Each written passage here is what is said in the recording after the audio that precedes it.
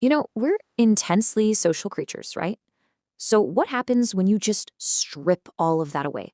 When you're deprived of people and light and even the basic sense of time?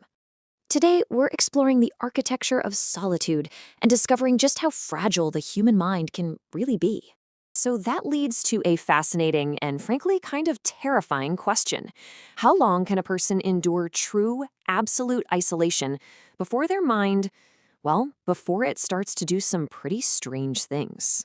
Let's just start with a number that really sets the stage. 60. That's 60 days. We're talking 2 full months. Okay, now try to imagine spending those 60 days completely alone in the freezing, silent, pitch black darkness of a glacier cave. No sun, no moon. You have no way of knowing if it's day or night. And this isn't some hypothetical thought experiment. No, this is something a real person actually did. And that brings us to our first story. It's about this landmark experiment from back in 1962, a real journey into darkness that ended up showing us just how fragile our grip on reality can be. So the setup was, pretty simple, but also really extreme. This French geologist, Michel Siffre, he went down into a deep glacier cave. He intentionally cut himself off from everything. No sun, no clocks, no people. The goal was pretty straightforward. Just see what happens to the brain's internal clock when it's left completely on its own. And the result? It was absolutely stunning. When his support team finally came and told him, hey, the experiment's over, he was just floored. He thought only 30 days had gone by. But as you can see here, the reality was 60 days. His mind didn't just get a little confused about time, it literally compressed it by half. So the big takeaway here was crystal clear. Without those external anchors, like the sun or just talking to people, our internal clocks go completely haywire. Sifra's mind didn't just lose track of time, it started to degrade. He even started hallucinating. It was proof of just how much our sanity depends on the world outside our own heads. Okay, so a controlled experiment for a couple of months, that's one thing. But what happens when that kind of extreme isolation isn't just a test? What if it's a way of life that goes on for decades? Well, that brings us to the really bizarre case of the North Pond hermit. For almost 30 years, people living around North Pond, Maine had this phantom.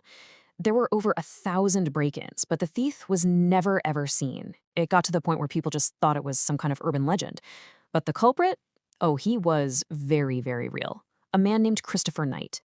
And this timeline, it just shows you the sheer scale of it all. He was only 20 years old. He walks into the woods in Maine and just vanishes. And he stayed there totally alone for 27 years. Just think about that.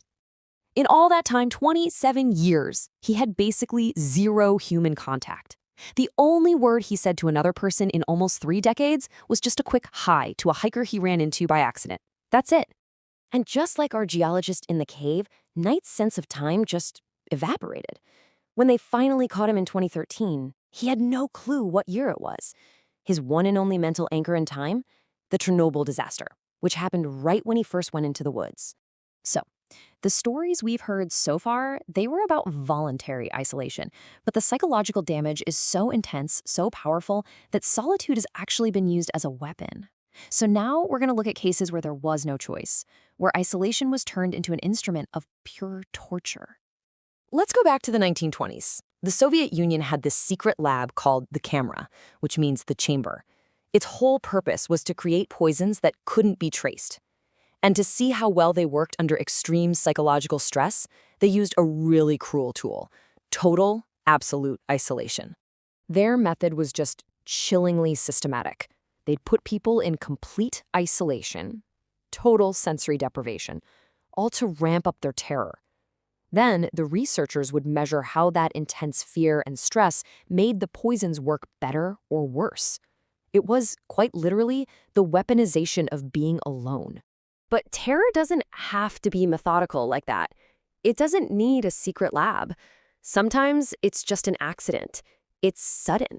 And it's every bit as destructive to the mind. 18 inches. Just let that sink in. That's how wide this next space is. A crack in the earth, barely wide enough for a person to even get into. Back in 2009, a caver named John Jones, just 26 years old, got trapped in a space just like that. It was an uncharted part of the Nutty Putty Cave in Utah. He was stuck upside down, totally alone in the dark for hours and hours, while this huge rescue operation was happening right above him. Now, at first, John was lucid. He was talking to the rescuers, but after more than 12 hours stuck like that, the combination of the isolation, the stress, the sensory deprivation, it all just took its toll. His mind started to break down fast, and he began to have these really powerful hallucinations. So you've got a scientist in a cave, a hermit in the woods, victims of torture, a guy trapped in a cave. What do all these extreme situations tell us about ourselves? Well, they show us that our sanity is basically tethered to the world, almost like it's held by a social anchor. And if you look at this table, the pattern becomes really clear. For the geologist, time itself got warped. For the hermit, his very identity started to erode after 27 years.